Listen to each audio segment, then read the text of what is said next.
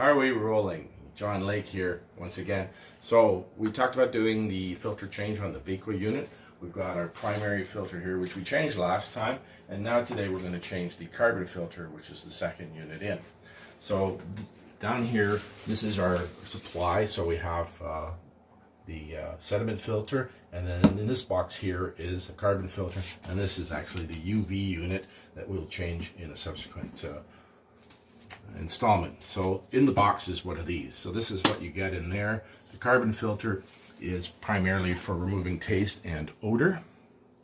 And as before, I like to keep these little labels because what I do with that is I write down the date that I change, and that way I know when the last change was done, and kind of gives me an idea of when I should change it again.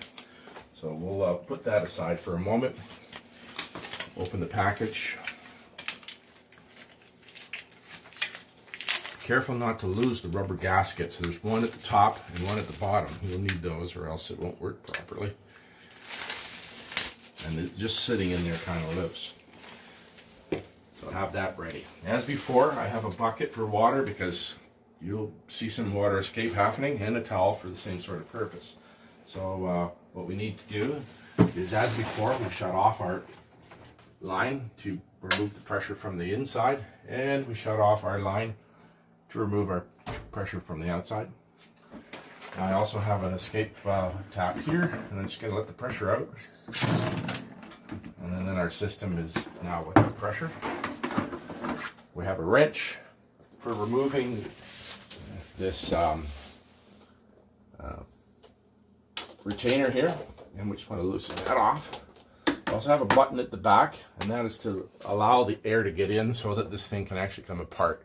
So I can take this off in full, and it's just hanging there by the suction of, when I press the button, it's going to let go of that pressure, and we're going to start to see some activity here, and there'll be a gush of water coming right up about now.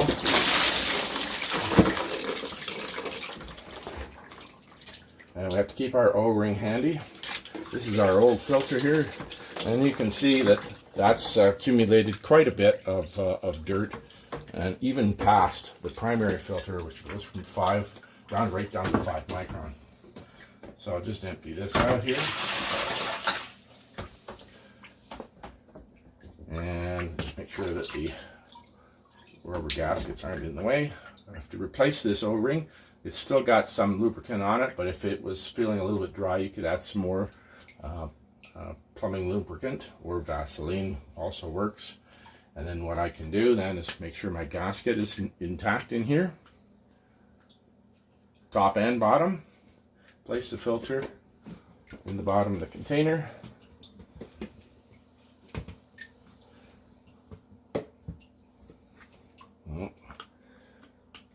A little more fidgety with the extra gasket.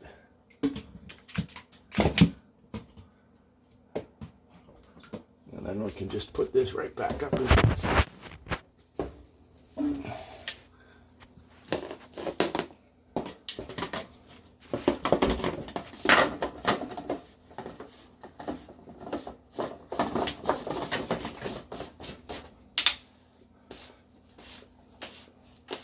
And we just loosely tighten this.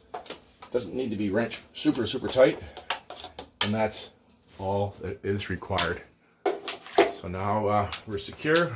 We can turn on our flow again, and you can see what I just did. I forgot to shut off my sediment valve. I've made more water, and that is why there's a towel. So shut that off. Let's do that again. Pressure comes up. No more leaks, and we're good to go. Open it back up to the house, and we're done. Thank you very much. Hope you enjoyed this segment.